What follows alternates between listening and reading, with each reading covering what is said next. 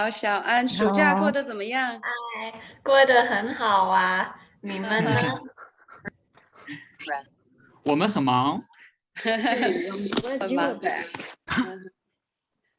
我还能看见 Mita， 对不对？Hi Mita，你好，你好。还有 Angela， 你好，你好 Angela。还有我不知道你的名字我会不会叫错？Guy， 耶，我写错，你写错了。对不起。没关系，没关系，大家好。我的屏幕很小，所以可能还有 Karen、Cans、Willa， 大家好 ，Eric， 大家好，我是你好，你好，你好，你好。 Eric 你好，我很高兴又见到你。谢谢，我也是。还有 Joyce， 还有 Milan，对不起，看名字不一定能叫对。还有 Sue、John， 大家好 ，Terry、Barbara， 还有一位姓何，叫何甜甜。Hello Bill， 大家好，我们稍微等1分钟好吗？ 好的，好的。It's really good to see everyone. How have you been for the summer? Good. 很好哈 ，D。大家暑假过得怎么样？好的。Well, while we are waiting, actually, I am here in front of China Institute's gallery foyer.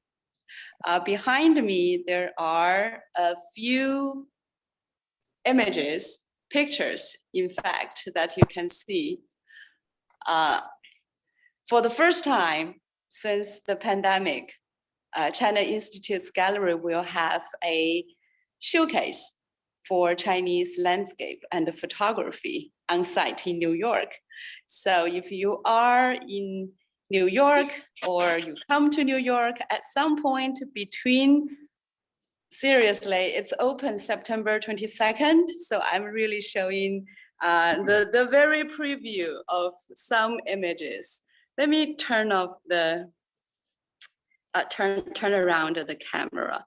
So here is the information: Mountains and Painting, an educational journey through landscape art. 山与画，山水艺术的教育之旅。这是从9月22号到明年的1月6号 ，September 22nd to next year January 6th. We have a gallery opening September 21st. So if you are in New York, well, you can come to join us. And you can see that while the door is still closed, I myself cannot go in because it's full of tools.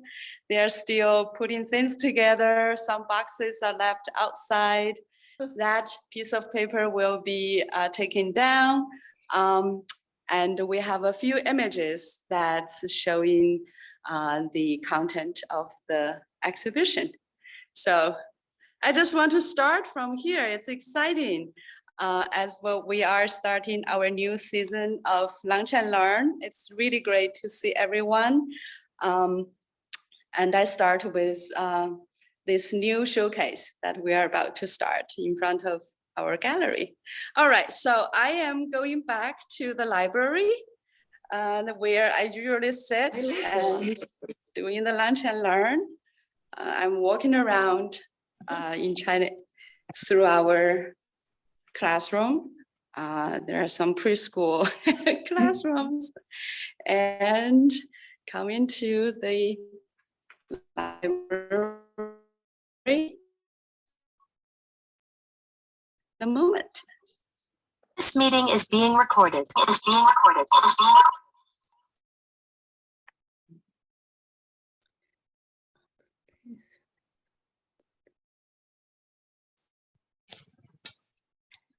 好，大家好，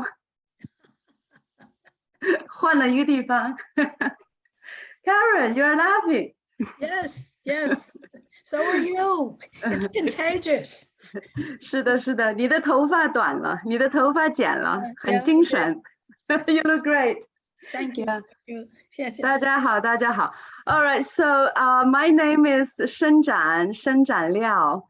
I have been hosting Lunch and Learn 午间中文since the beginning of the pandemic. So it's about 3 years. Wow. It's great to see some of the old friends coming back after the break from the summer. And I can see some new faces. How many of you are new to Lunch and Learn? 可以举手吗？举手。谢谢。Yeah, 欢迎新朋友。Welcome. 我每次都和我的同事林老师林永强林老师。Yeah. 大家好我是林永强，我也在华美，我在华美办公室，很高兴见到大家。Yeah, he's sitting in another office. Now we are fully back. We are looking forward to a very busy season. I know this program is online and will stay online. This is our first session. We will have another 3 sessions every month on Friday, the first Friday of every month during the lunchtime. 我想知道一下 I want to know 有多少朋友学生是不在纽约 How many of you are not in New York? 不在纽约 Yeah, quite a few. Well, 很多很多，对的对的。Yeah. 何甜甜，我可以问一下吗？你在哪儿？可以说一下吗？你在哪儿？ Hello， 我是何香江，我来自埃及。埃及？哦，你现在在埃及吗？现在在埃及。Wow, you are in Egypt right now? Yes. Oh my god. 那埃及现在是几点 What time is it in Egypt? It's 6点 PM. 6点，下午6点。Wow, welcome, 欢迎。欢迎你。Yeah. 我再问一个，还有谁不在纽约？可以举手。还有谁不在纽约？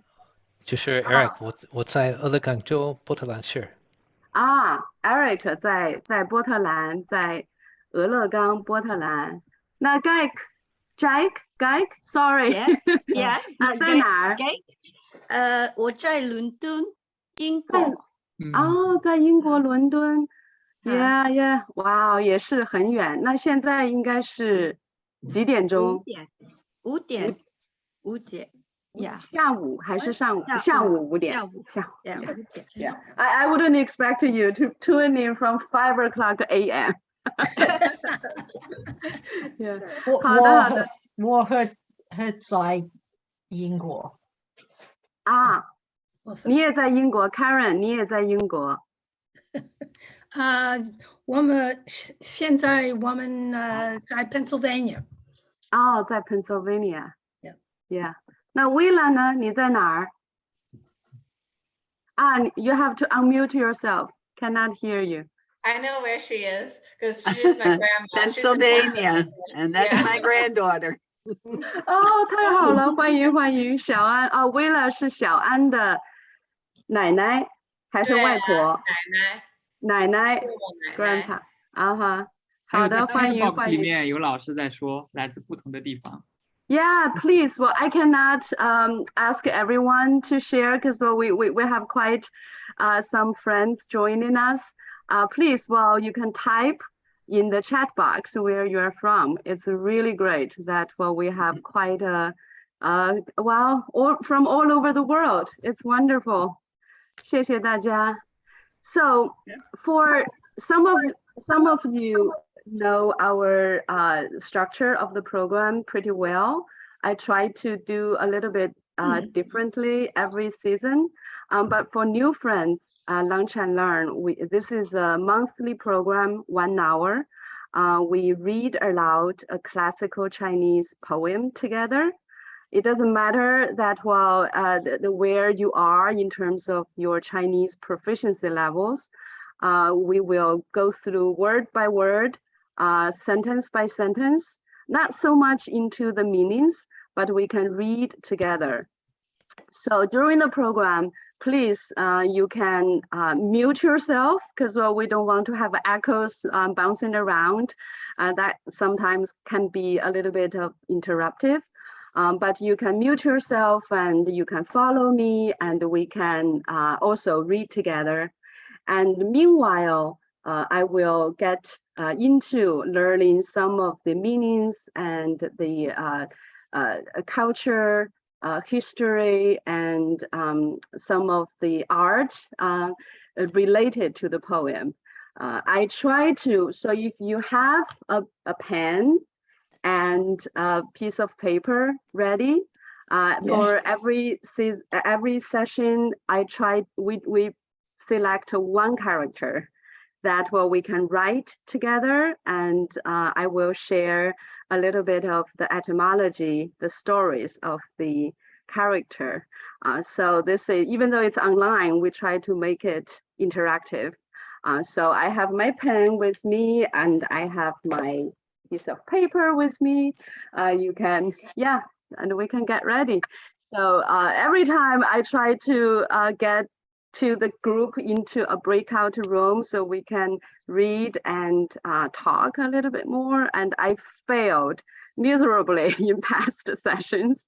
Every time it just, we had a lot to talk, but we will see. If we have time, we can go into breakout room session. We have altogether about more than 30 participants today.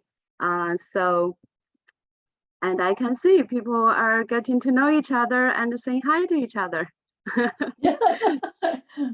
太好了，太好了. Yeah, I hope while we will have time one day to, once we get into a smaller group, we may be able to introduce each other, get to everybody's name. But if you can, you may want to say hi in the chat box in both Chinese and whatever language you want.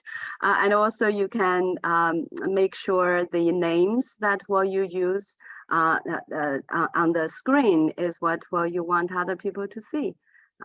好的，那我就现在分享我的屏幕。I'm going to share my screen. And这是我们今天要读的诗。This is the poem that we are going to read. I know some of you are students of China Institute. We have a school teaching Chinese language and culture. The semester will start in a couple of weeks. So I'm sure, as a reminder, because I'm in charge of the school, so I'm sort of putting my hat in that for a little bit. But this program really make publicly accessible is trying to engage anyone with an interest in Chinese culture, language, through a very small window. We only have 1 hour. Through a very small window, read these poems together. 所以今天我们要读的是秋夕 An autumn evening. 秋天来了 Autumn is coming. And the poet is 杜牧。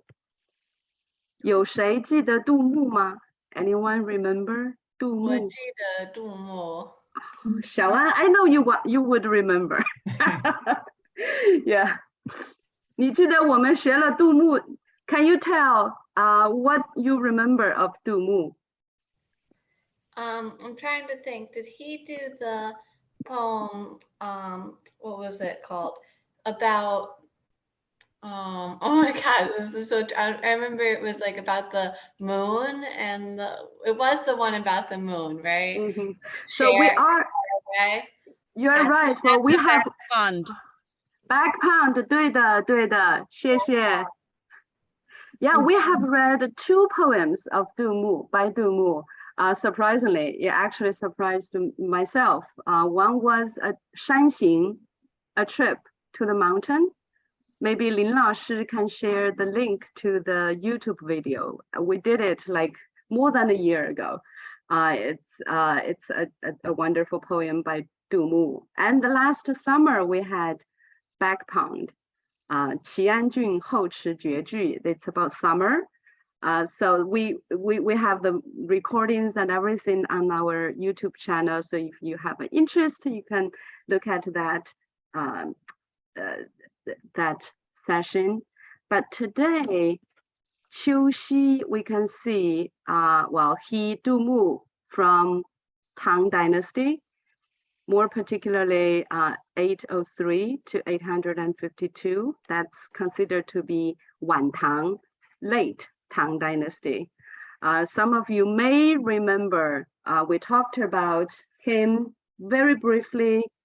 He was from a prominent yet declining family. His grandfather, Du You, was a minister in Tang court and a scholar, in fact, responsible for compiling the Tang Dynasty encyclopedia, Tongdian. So we know that Du Mu came from a highly educated and quite prestigious family. However, around Du Mu's time, when he grew up, the family has gone on the path to decline, not as prominent as well his grandfather. However, Du Mu, he himself was quite talented. Well, at the young age of 25, he actually became Jingshi, the advanced scholar in China's imperial exam. 这个通过科举考试成为进士, that's considered to be quite young. So that's very briefly about Du Mu. One thing, let's get into the poem that we can take a look together. So for new friends, since we don't have enough time, we often put the English translation right next to the Chinese. We will not go into explaining the poem too much, but we hope this will get the meaning across. The Chinese characters together with the pinyin on top of it. So you can see, 这是拼音，每一个字，这个拼音跟这个字是对应的. So they are in correlation to the character. And of course, you can see this romanization of Chinese pronunciation has the tones on top of it. Different tones, 4 tones together. And we will try to, so when you read yourself following me, try to not only get the pronunciation of the word, but also the tone as closely as possible. But we will do it together. And then I will read the entire poem all at once, so you get a sense of the entire pronunciation. But this is the short poem. As you can see, how many lines? 有几行? 4行. 4行, yeah. You can unmute yourself. Sorry, I have to. If you want to say something, you can unmute yourself. 4行, 每一行有几个字? How many characters per line? 7个. 7个字, 对的. 1、2、3、4、5、6、7. 每一行有7个字, 一共有4行. So this form, and this is also what Du Mu is famous for, is a quatrain, 绝句, 4 lines. And in this particular case, it's a 七言绝句, 7 characters per line. That's a heptasyllabic quatrain. Every quatrain has 4 lines, and that's one reason We love Du Mu so much. He has many beautifully written and famous quatrains and fit in our Langchaner perfectly. And there are many great poems, too long, we cannot fit in 1 hour. But this one is, we did 2 other poems by Du Mu also, quatrains. 七言绝句.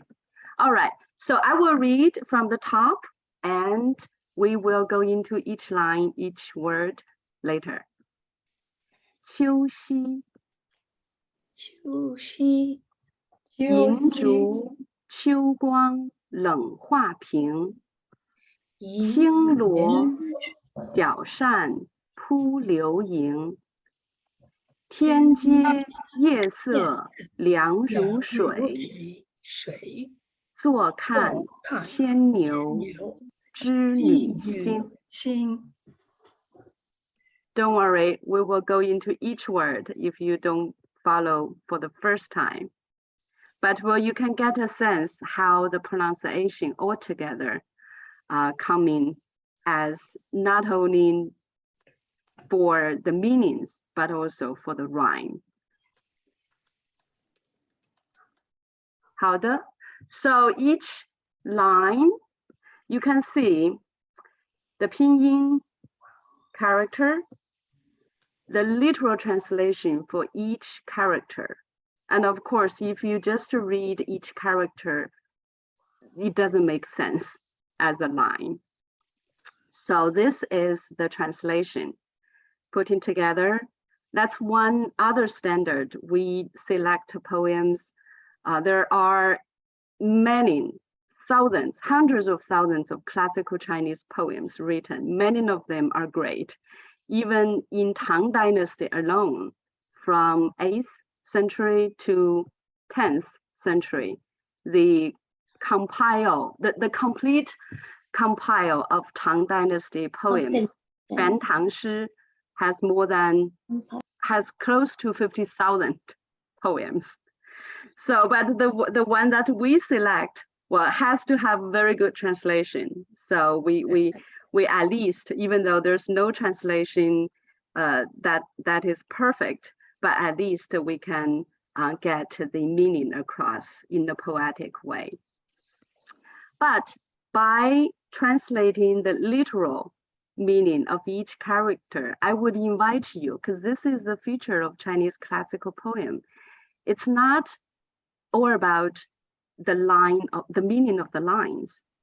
I would invite you to treat every character as a stand-alone calligraphy or an image. And the meaning of the image, you can try to put them together. So these are the paintings, instead of by brushes, but by characters. So when we read this together, I would invite you to picture or to imagine the images of these characters, what they stand for, and to feel how this line altogether would make sense to you and what it make you feel. How? So I will read each line twice. The first time I will pause after every character. And then the second time I will read the entire line and pause. So you have time to read after. 好的，那我们开始。银烛秋。So just pay attention, this U here, it looks like U, but it's really, there's a pronunciation of OU. O, 秋。光。冷。画。平。很好。So all together, 银烛秋光冷画屏。银烛就光能画屏。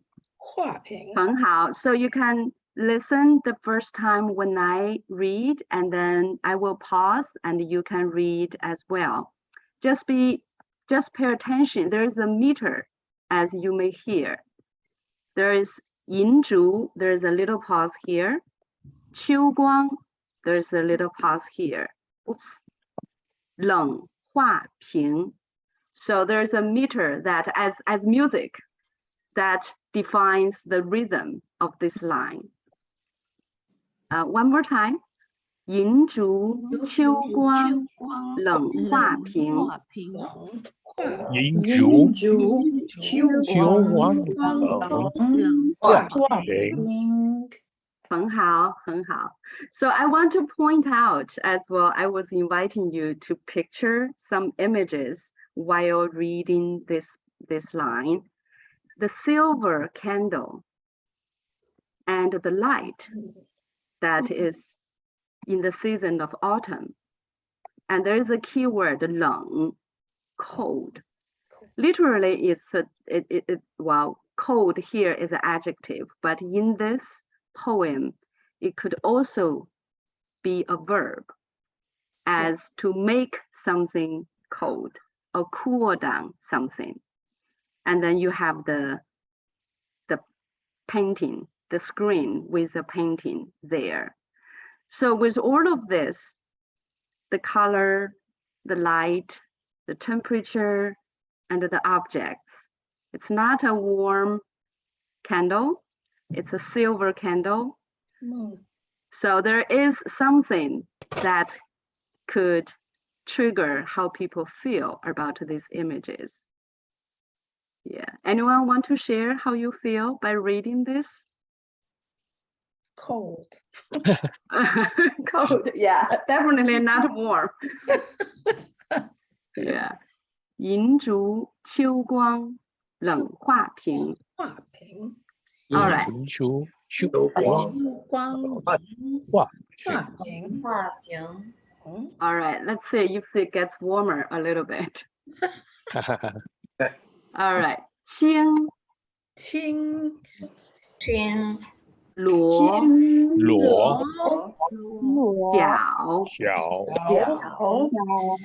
扇 扇 扑 柳 影 All right, same meter. 青罗小扇扑流萤. 青罗小扇扑流萤。很好，很好. So there's not much of a color here, even though it may be implied. There's light silk. There's a small fan that's made of the very light silk. If you look at some of the Chinese paintings, oftentimes in the court ladies or the young ladies' hands, well, there's a little silk fan that you could see. And then this fan is, well, chasing or trying to scatter some of the fireflies. Yeah, not so much. Well, to me, well, there's some movement here, definitely. The first line seems to be quiet, cool, and static. Even though there's a verb, 冷, to cool down there. And this one, well, you got somebody there and then trying to chase the flying fireflies. How? Next, where does this build up to? 天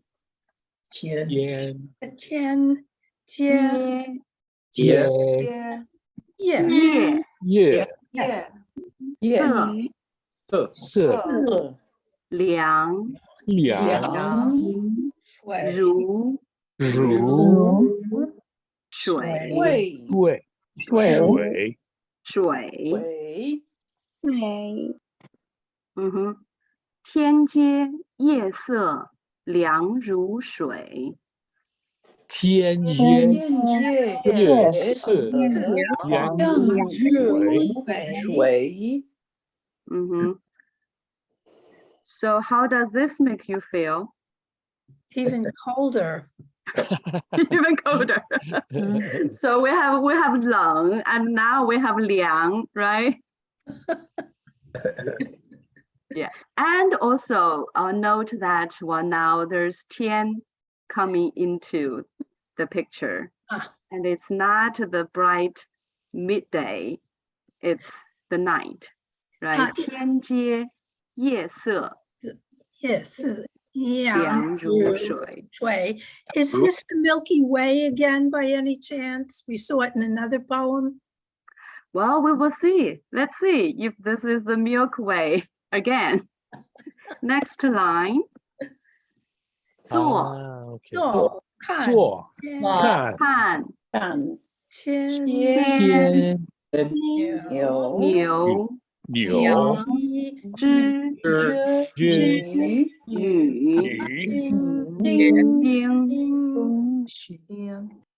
坐看千牛织女星，坐看牵牛织女星。坐看牵牛织女星。 Yeah.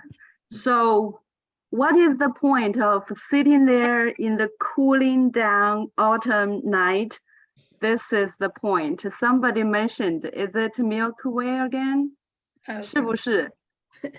是不是？是 Milky Way 怎么说？中文怎么说 Milky Way？ 银河很好。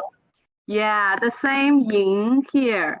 The same 银河。Yeah. So here we have 牵牛 and 织女. The herdsman and the weaver maid. What are they doing in this poem? Why they appear in this poem? Are they constellations? Yes. They're stars. Stars, 是的，他们在中国的 Altair and Vega, apparently. Well, that's the English name for the Well, I don't know. That's how those are translated in Google Translate, you know. Google Translate. But they're also separated lovers, aren't they? 对的. So anybody can tell the story of 牵牛 and 织女. That's very important for this poem. That's all the reason why they are here. They were magical lovers whose fate was to be separated for all time, and they live only in the sky. That's very close. That's one version. We as mythologists go in any culture, always a lot of versions, right? So now we have one version. And Xiaoan, you want to share? Yeah, that's a question. Do they get to see each other like once a year or something? The two of them, like it's like very like on the Qixi, it's like romantic. They get to like meet for a short period of time, right? Yeah. Now we're getting the story complete. Yeah. More complete. 对的. So they are separated. They are lovers. They are separated, and they get to meet once a year, and through a bridge. Anybody know the bridge? What the bridge is made of? 喜鹊，对的，鹊桥. So that's Chinese Valentine's Day. That's of course. Yes. Right. That's not in February. It's the lunar year. 有谁知道吗？ Lunar year 是哪一个月？哪一天？没有。7月7号。7月7号，对的 ，Thomas， 谢谢。7月7号。So that's the reason we say 七夕。七夕。Yeah, that's pretty much the during the summer in today's calendar. Yeah, 七夕. So 牵牛 and 织女, these are two characters, actually, they are one of the oldest characters in China's mythology. Their stories, the first version could trace back to 500 BC. In Shi Jing, they were mentioned in Shi Jing, the Book of Songs. That's the first collection of Chinese poems in China's history. That was compiled around 500 BC.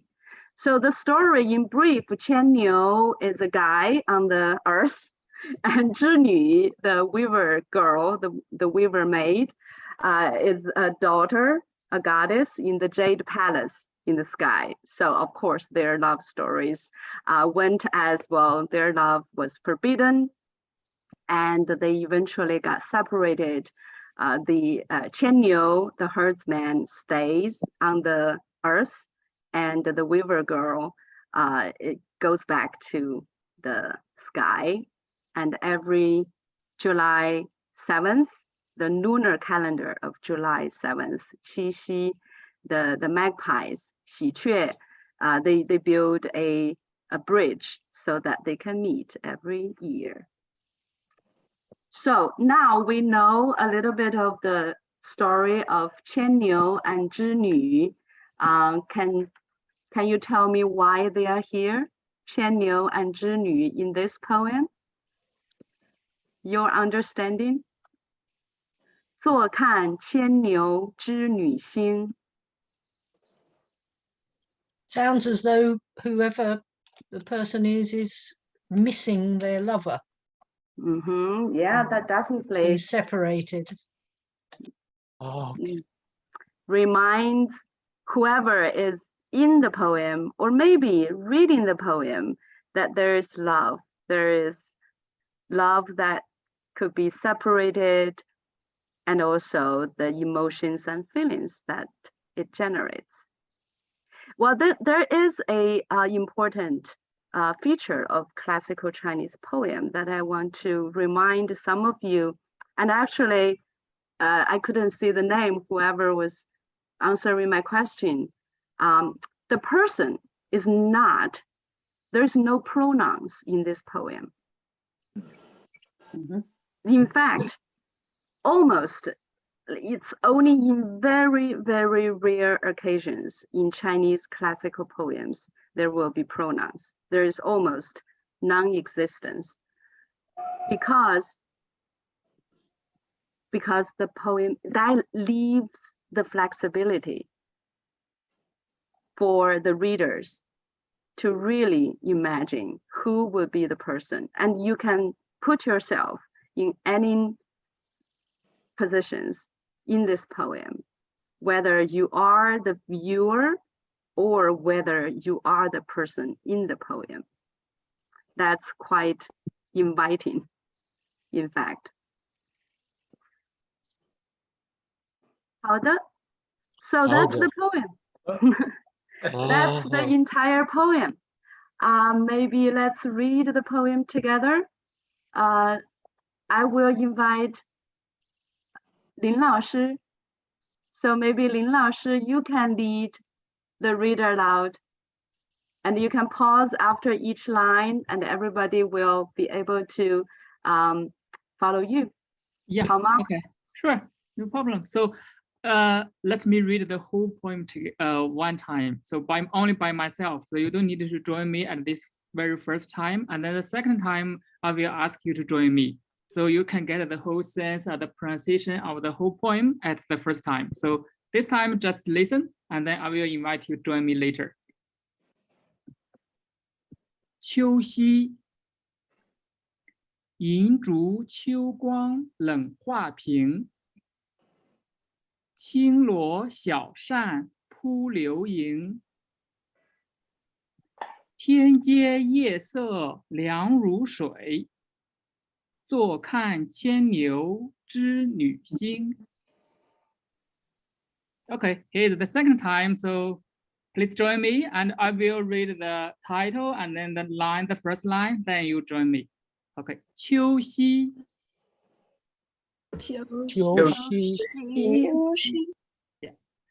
银烛秋光冷画屏，银烛照花瓶画屏，轻罗小扇扑流萤。青罗小巷流萤，天阶夜色凉如水。天阶夜色凉如水。坐看牵牛织女星。坐看牵牛星。Yeah, 很好, very good. So you can just pay attention to the pause. So where do I pause? So I pause after, every two Chinese character. So it's easy for you to read and to follow. Okay. So next, let's have a challenge for this poem without pinyin. See if you can remember it. Okay. So you just follow me to read this. So see if you can remember it. So 秋夕，银烛秋光冷画屏。饮酒秋光画屏。轻罗小扇扑流萤。轻罗小扇扑流萤。天阶夜色凉如水。天阶夜色凉如水。坐看牵牛织女星。坐看牵牛织女星。Yeah, not bad. Actually, very good. You can follow me. 谢谢. Okay, so my part is done. 廖老师, all yours. Thank you, 林老师. Thank you. All right. So we obviously don't have a photo of Du Mu. And this is a calligraphy, actually, the only one that's said to be written by Du Mu, a calligraphy with Du Mu's handwriting. This is a piece that he wrote a poem for a young sing-song girl, Zhang Haohao, and that's the title, Zhang Haohao Shi. And he wrote the entire poem. It's a much longer poem, so we would not go into that, together with the preface on this piece of paper. And now it's in the Palace Museum in Beijing. As well, we often say 字如其人. You look at the characters because, well, this is tracing the time he was writing it and with his own hand and showing his own character in these writings.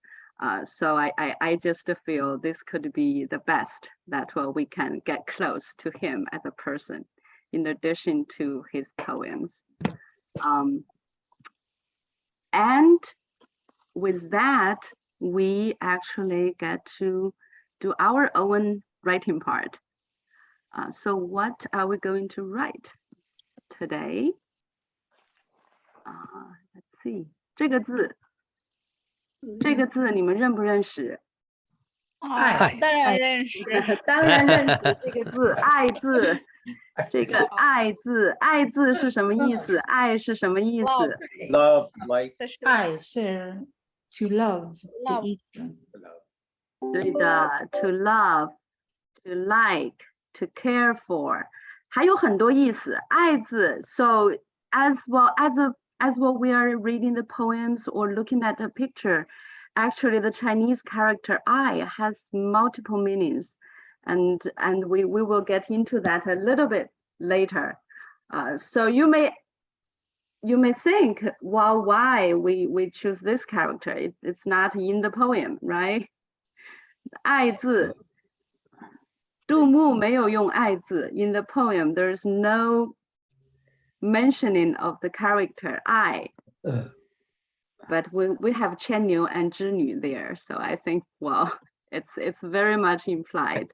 That's the key of this poem. So that's the reason. And in fact, Lin Laoshi and I, we discussed for the theme for the entire season, and we feel, well, we all need a little bit more love this fall. The world needs more love. So we choose that as the theme for this season. The next 3 poems we will introduce will all connected to this theme, I, by different poets from different time. And of course, if you have any suggestions of classical poems in Chinese, well, please let us know. You can write to Lin Laoshi or me, and we will see how we can collect the collective wisdom is always great. 好的, so a little bit of etymology, the story of this character, which I love to talk about, what it looks like, let's say, almost 2,000 years, or no, more than 2,000 years ago. In 说文解字, that's from close to 2000, 58 to 148 AD. That's the time when the author of a book called 说文解字 talk about texts and dissect characters. That's the Chinese literal translation, but it's the first etymology book by Xu Shen from Han Dynasty, from Eastern Han Dynasty in China, that he collected more than close to 2,000 Chinese characters and look into the origin of the characters. We often say it's pictographic or ideographic, because well, many characters will have moved away from the actual picture. It's more the meaning that's associated. And also talking about the pronunciation, which now we can see Chinese characters has Romanized letters to indicate the pronunciation, pinyin, that's called pinyin with tones. But in Xu Shen's time, like 58 AD, there's no pinyin in Chinese characters. And in his book, he's actually using Chinese characters to talk about the pronunciation of more complex characters. So look at this one. There's one part is actually quite pictographic. Can you tell? Yeah, you see a person's face. It's a heart in the middle. Right. Or a bird. Well, it's already abstract a little bit, right? In the middle, it's quite, it looks a little bit like a face, but it also could be a quite quite accurate picture of one's heart. You have the left and the right, the sections of the heart.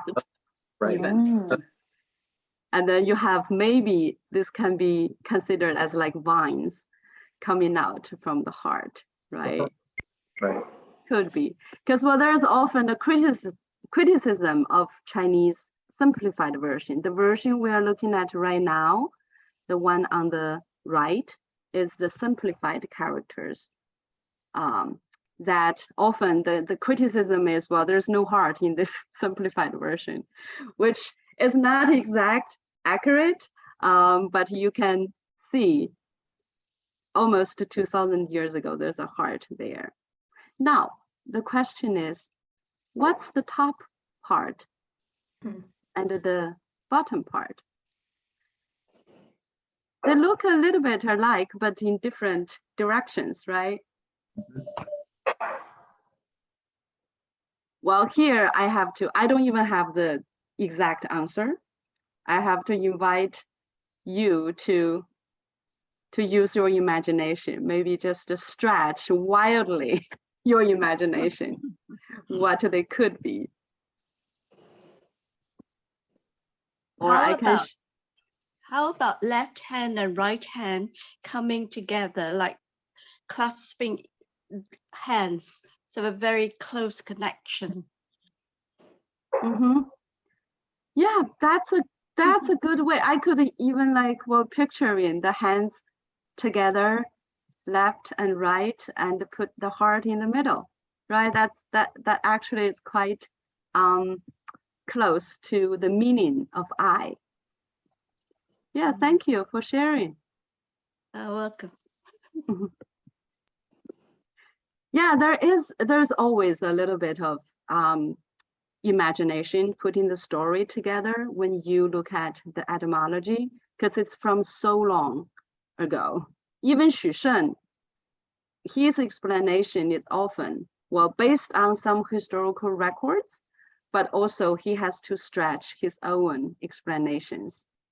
So for me, there is a part, this bottom part, actually in many other characters, it means foot. There's a foot. What? Really? Yeah, it's very strange why there is a foot in the character, right? Or a part that represents the foot in the character. In fact, the foot, literally it's a foot, but the extended meaning of a foot also related to walking, yes, moving, and taking actions. And the top part, it's coming from an even more ancient word. To me, there's the opening on the top. What's in our body, the opening on the top of our body?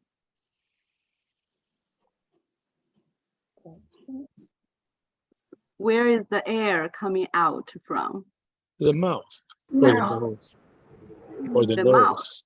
Yep, yep. So to me, this is more of what the opening, the mouth, and this even shows the voice or the air, the direction that it goes out. That could represent the words. You have something to say, you have something to do, and both are related to what you feel in your heart. Yeah. So, like I said, there's always a little bit of extension, how you interpret this picture, even based on historical records. But now the question is, this is not the oldest version. This, even before Xu Shen, Chinese characters, the oldest version, well, from oracle bones, or some of them from the bronzes. I was very interested in what's the earliest version of the character I looks like. And where could we find that character? It's from this object. It's a bronze from around 400 to 300 BC. And it's from a kingdom called Zhongshan in northern part of China during that time. And if you look closely on this bronze, there are characters written on the body of the bronze. Can you see that?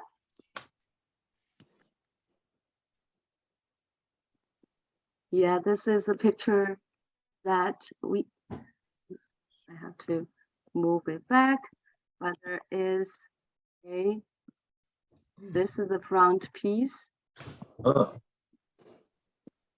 print from the character. Where is the character I? It's actually from the bottom, this one. Very hard to see, and there's no way to type it in because computer doesn't allow me to do so. So I basically copy this one. Oh, okay, here. good. Oh, look at that. So as you can see, even though it looks very different from the one we saw, the Xu Shen's version, but there is a part, and this is hundreds of years before Xu Shen, there's this part that was kept, right? And then the hard part is here. And then that's sort of like complete my pursuit of looking at what the writing, what the history. And I have to add, these are not the only ancient forms of this character. In between, there are many versions, and it's only gradually over, as well we look at right now, more than perhaps 3,000 years that we come to this simplified version. And well, there are different parts of the region in the world where we know that it's written differently. So it is a quite dynamic history if we look at the story of every single character. Yeah. I love that bronze. Do you know where it is? What museum it's in? I actually have to look into that. Let me see. This was discovered in 1978, and I actually looked into it. It's in Hebei 博物院. Hebei. Well, that's where the Zhongshan, that ancient kingdom was, that region in today's Hebei province. So, are you ready to maybe write this character with me? Yes. Sure. All right. Let me stop sharing this and go to the writing pad. Maybe Lin Lao Shi can help. Oh my God, I only have 3 minutes. Okay. So this is the character. We can write the ancient form together. Well, this is more of even more close to, I would say, painting than writing. But well, we can write this together, and we can write the simplified version together as well. Again, I'm not a calligrapher. I'm using this sort of soft brush pen to get close to calligraphy as possible. But as you all know, calligraphy is a pretty high art that I don't attempt to to pretend in this session. All right, so we can work together. This is still following a quite structured stroke order, as well we are writing Chinese characters together today. So the top line, and then... Hello, you have reached the office of Dr. Deng at Memorial Sloan Kettering Cancer Center. If this is a true medical emergency... I hope there's no true medical emergency here. Okay. I try to get these opening quite close as to copy the style on the bronze.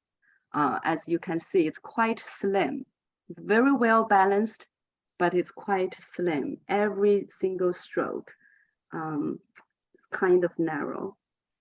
So the top here. Yeah, at another time, I may want to move it to the center a little bit more, but what can I do? I cannot go back to change. So the heart part here, and then what's inside the heart.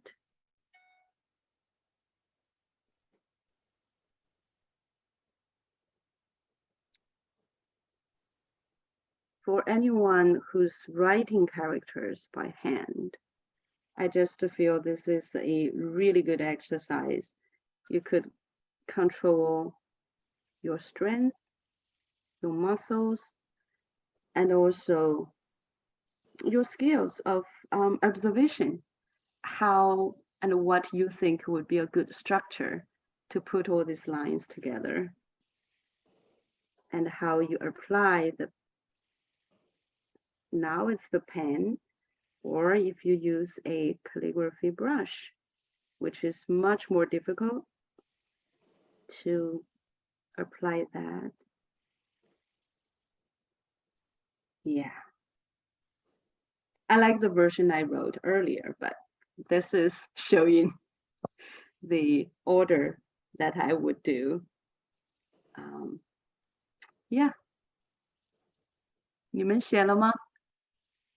谢谢。Yeah. 可以看一看。This is yeah, this is too this one is a little too thick actually, like my stroke. Yeah. 很有意思。Now, the simplified version, I don't want to give you the impression that this is the word we are using now. If you write this I to even a Chinese, almost, I would say more than 90% of people wouldn't recognize. So the I that what we are using today, we can write together and follow in a pretty standard stroke order. The top, and then we have the 3 dots, and then from the left, to the right, and then a shorter, and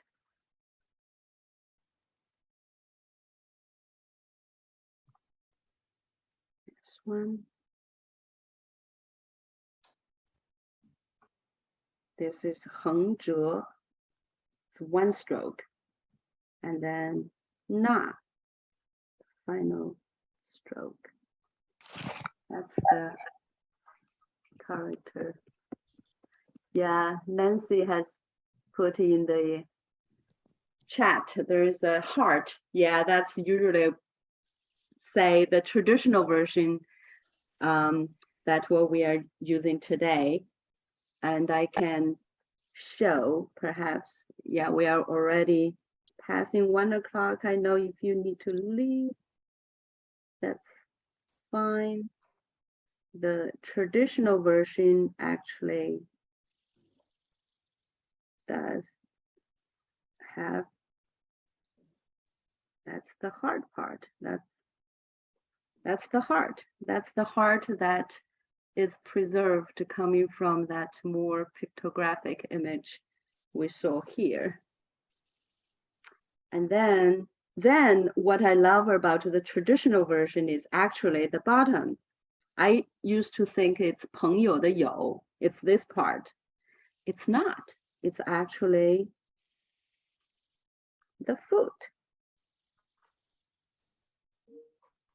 And more objectives towards culture. That's what the foot now in Chinese, modern Chinese characters. Yeah.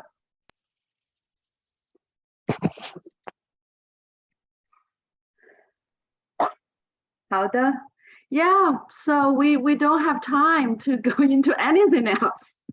But I hope you enjoy today's session, and the next session will be in October. Let's see, October 7th. It's a Friday at noon, so please, you do have to, apologize for that, but you do have to register for that one every session. Yeah, and tomorrow is the Chinese Mid-Autumn Festival. 中秋节, tomorrow is 中秋节. If you know and you celebrate, yeah, wish you a happy 中秋节 and a happy weekend. 周末愉快. Yeah. 中秋节快乐.中秋节快乐！中秋节快乐！好的，春节快乐！好，谢谢呀，月圆人平安，千里共婵娟。好，谢谢大家，拜拜，好好，再见，再见。